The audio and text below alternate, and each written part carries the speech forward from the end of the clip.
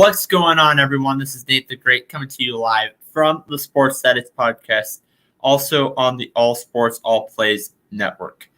Going solo today, actually, to talk a little bit of some NBA basketball. As right now, as the game later today at 8 p.m. Central Standard Time between the Phoenix Suns and the LA Clippers is going on.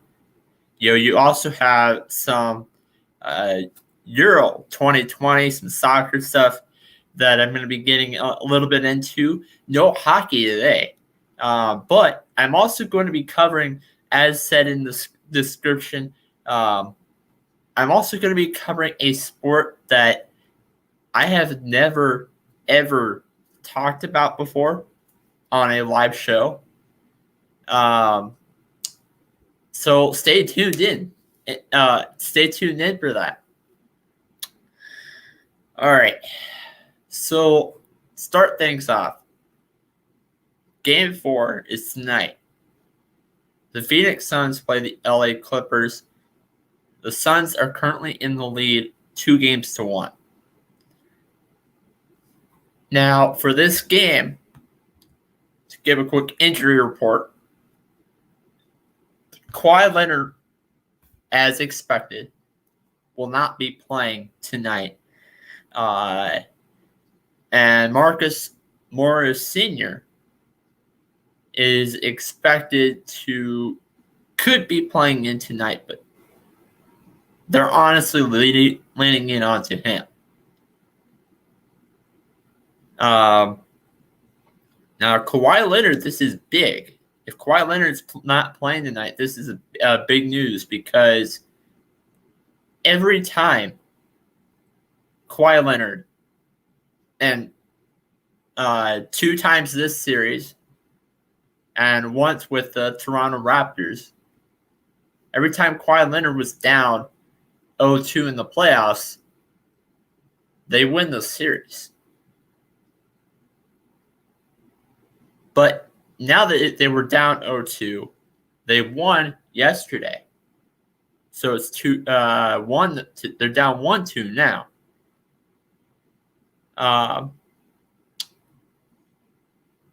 Now, because of his injury with his right sprained knee injury, I don't think that this is going to be the case this time. Now, the Clippers are a tough team. Let's just get that out right away.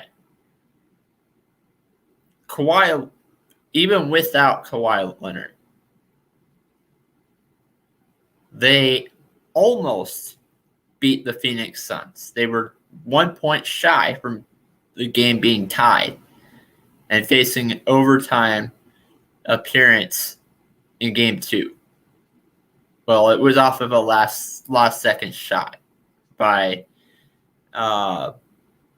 for Phoenix in Game 2. Now in Game 3, Clippers won this one easily. Kawhi Leonard has missed 6 straight games. Marcus Morris is expected, I think, is a key factor in this series, whether or not the Clippers can make an appearance in the finals for the first time in their team's history. But I don't think that the Clippers are going to be making that appearance. As I said when I covered a little bit about this on Just Say the Truth, I think that the Phoenix Suns are going to hold this out in the 6 games. I think Marcus Morris is expected to play tonight. I'm going to give the Clippers a win here. But I think Phoenix is going to finish the series off after tonight's win for the Clippers.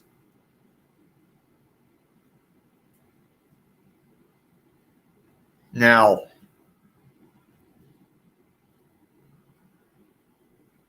whoever wins will play the winner of the Bucks and the Atlanta Hawks. Bucks had a big blowout win against the Atlanta Hawks in Game 2. So, to tie the series up 1-1. So, to move on away from the NBA and to talk a little bit of soccer, currently it's round of 16, Euro 2020 is going on as we speak right now. Denmark is in the lead over Wales, 2-0.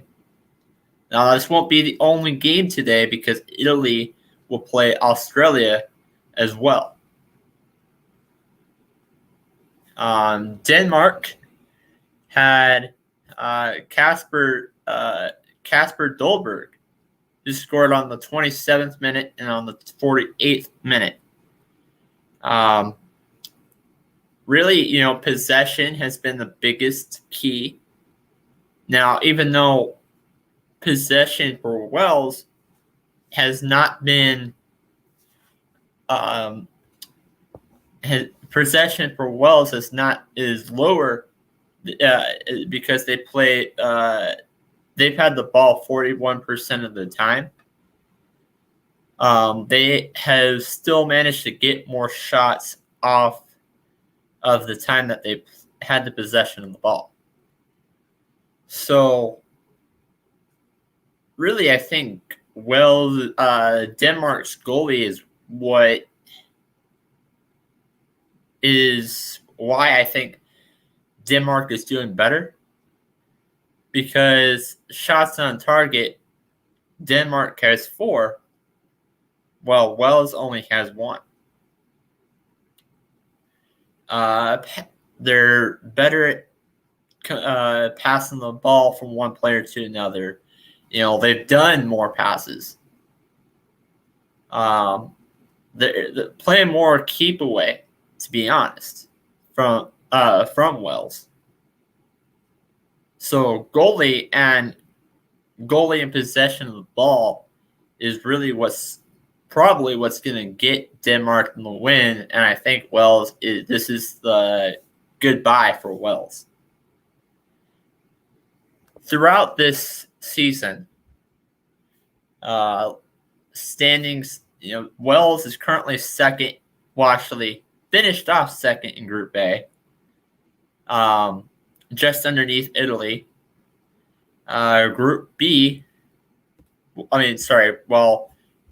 the other team, Denmark finished in Group B second as well, with a 1-2 record, and Wales had a 1-1-1 record.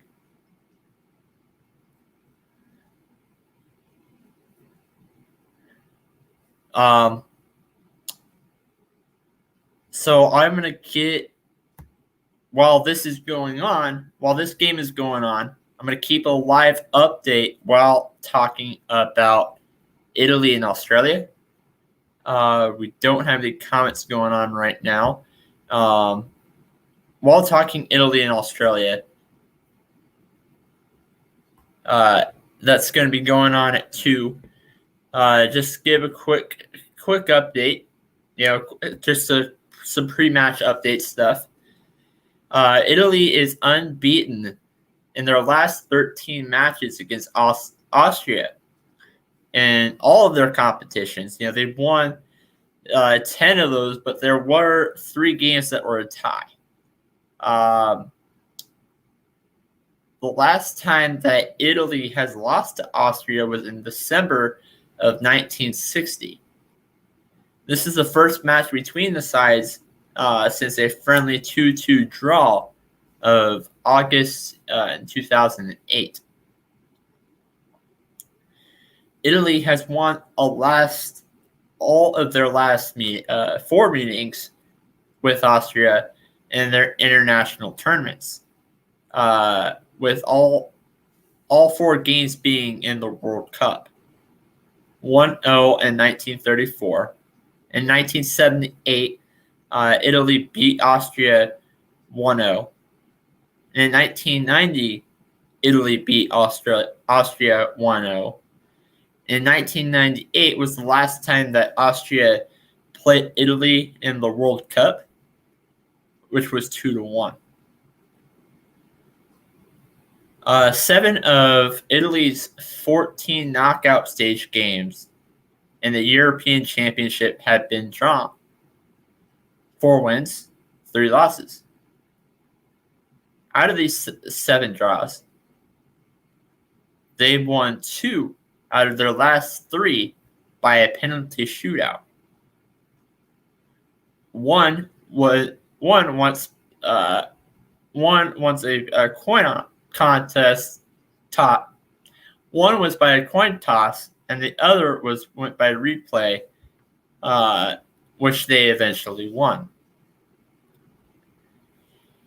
Italy is currently unbeaten in 30 games. 25 wins and 5 draws, which is the longest joint run in their history. Was run under Vittorio Pozzo between 1935 and 1938, which was this is currently tied for longest stretch, but the other stretch that happened was under Vittorio Pozzo. Austria's first ever appearance in knockout stages of the European. This is the first time that they appeared in knockout stages in the European Championship, which was their first knockout stage in a major tournament since 1954 of the World Cup, when they reached the semifinal. The reality is, what I'm trying to say here is that if Austria wins tonight against Italy, it's going to be a trap game. It's going to be pulled off as an upset. Probably the biggest upset in their country. Now,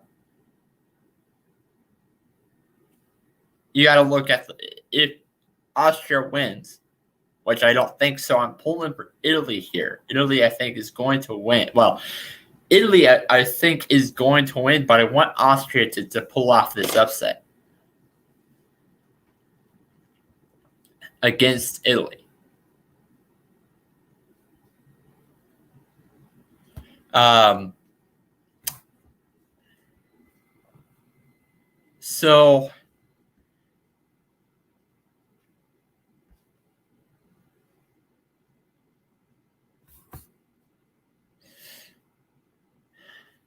So really, that's all I have to say on this game. Now, looking back, it's within the 57th minute, going back to Wales and Denmark. Before, quick pregame, just a little bit of a quick update between these two teams. Insights, pre-matches. The pre-match before the match started, none of the 10 previous meetings between Wales and Denmark all competitions have finished level, with Wales winning all 4 to Denmark in Denmark 6, which is the first meeting between between both teams since November of 2018.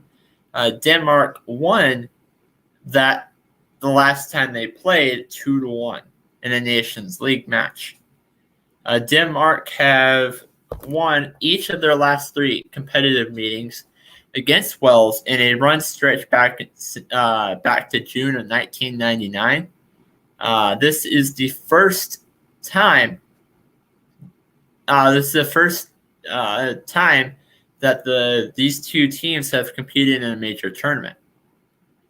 Wales have lost both of their previous matches in Amsterdam, losing against the Netherlands in September of 1988, losing, and again losing to the Netherlands as well back in 2014 with a score of 0-2.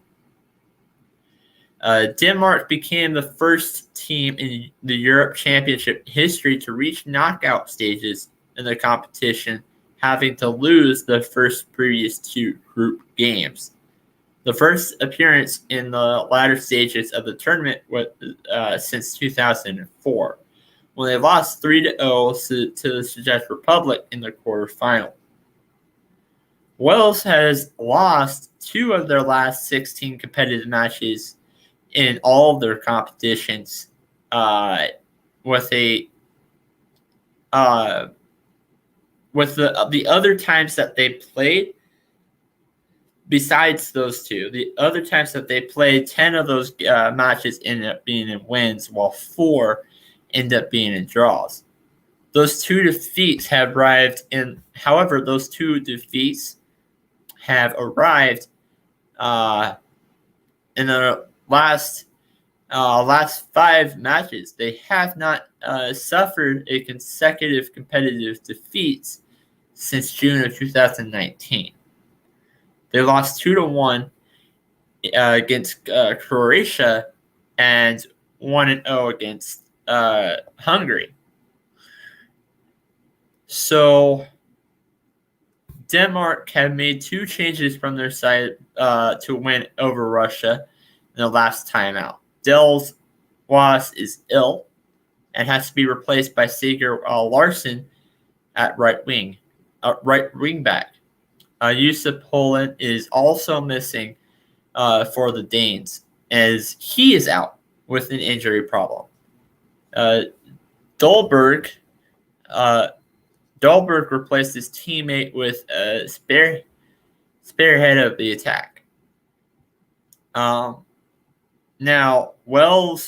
Denmark has made a couple of changes on their lineup, but Wales has made a few changes as well.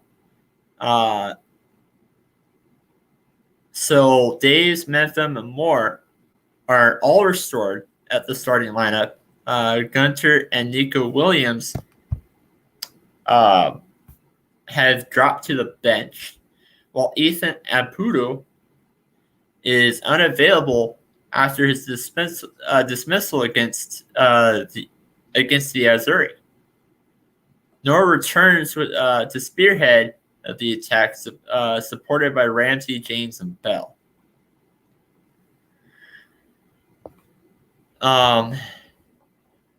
So when I'll let you know when there's more of a scoring update going on. It's still 2-0 by Kasper Dolberg. Both games were scored by Kasper Dolberg. We're currently in the 61 minute. Round of 16, again, I don't see Wales coming back from the 2-0 deficit.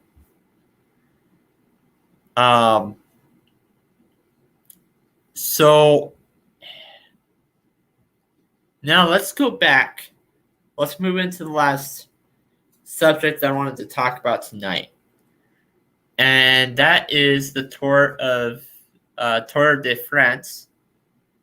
This is actually the first stage. Today is going on right now is the first stage of the tournament, where Julian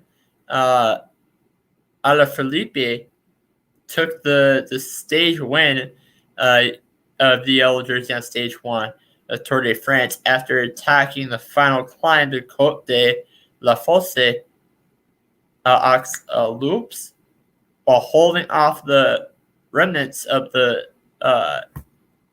peloton of the day, with overshadowed by there were 2 crashes going on and 2 major time losses for several overall contenders. The world champion was attacked within 2.3 kilometers to the go stage. This from both Primo Roglic and Tadej Pogacar. Last year's Tour de France winner and runner-up unable to match in this race. And even with the road even out, the Frenchman had enough tank to win, despite being crash victim earlier in the day. Michael Matthews and Roglic rounding out as the top three on stage.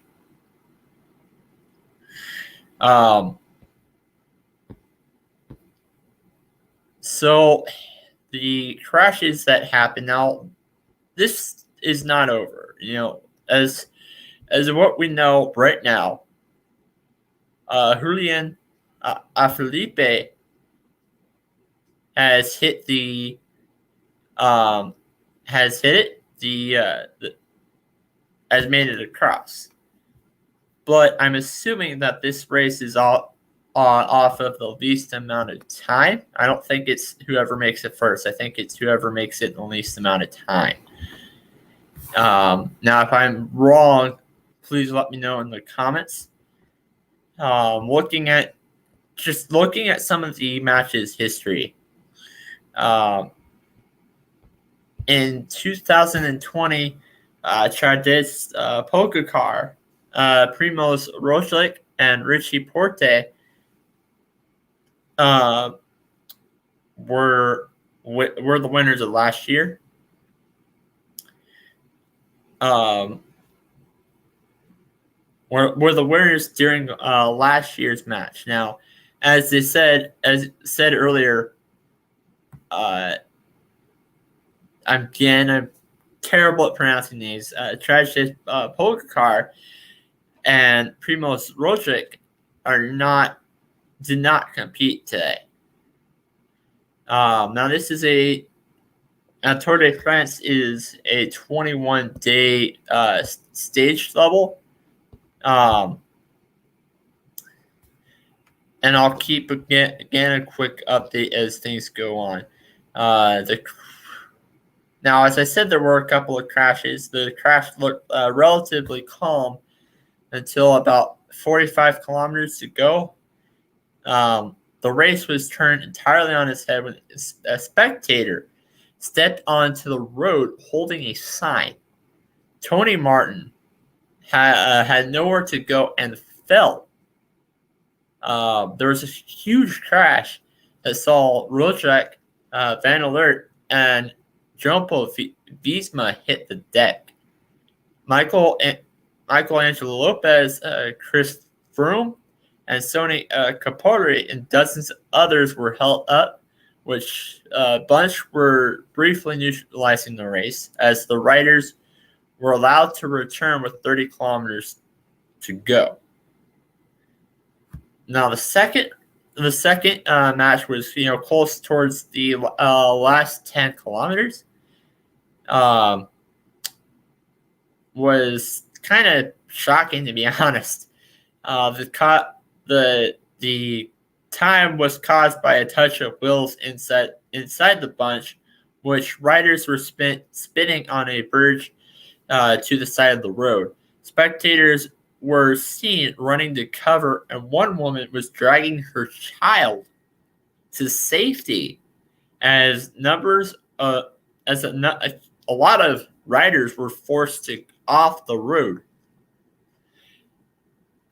The riders began to pick themselves up, and the casualties were there were a lot of casualties in this. Chris Froome was the slowest to remount, and it looks like this through the 4-time Tour winner race was over as he sat on a tarmac, and even when he got to his feet, it seemed just a matter of time before the exit of the race was by ambulance. Now, nobody dead, but there were a lot of people hurt off of that second crash. However, he made it to the finish, well down, but still in the race for now at least. Now, in this race, there were so many people that were competing in this. There were a total of 184 racers. racers in this one. And now, in there were a lot of these races were actually uphill. So in stage one, there were a lot more uphill matches going on. Now, living here in Dallas, they had to race for pretty much 198 kilometers. Dallas, Texas, living here, Dallas, Texas, to Oklahoma City is 206 kilometers. 206 miles, excuse me. And I said that it was actually 98 miles to race where they had to race. Now, going from Dallas to Oklahoma City, that's almost 200 miles. Now, here at Oklahoma City, I said 200, but it's actually 206. Downtown Dallas to downtown Oklahoma, that's 206 miles.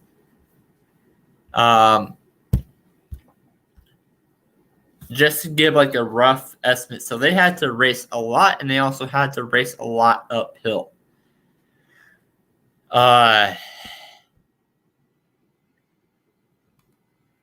Now stage two of this race is going to be tomorrow.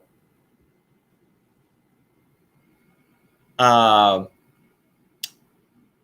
it's a 21 day race. Now, going into this calendar, this race is expected to last for 3 weeks. So I'll be covering this match, covering this on the men's side for about 3 weeks. Now, the women's side, actually, this started 23 stages for the men's, and it's actually started yesterday. The women's side, there's started today, and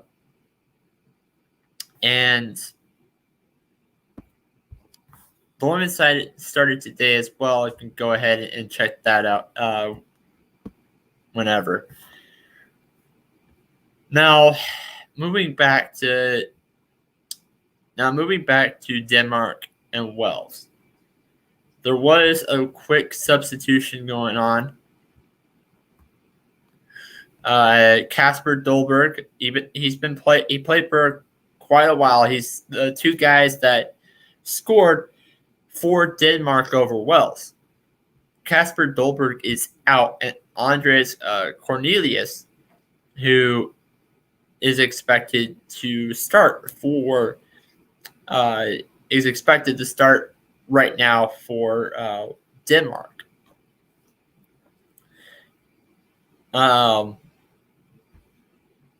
Again, this is in the 71th minute. Now, I wouldn't be surprised if Wales scores here, but I think Wales is done. So that's really all I have. This has been another episode of Sports Status with Nate the Great, signing out, and see you on Wednesday.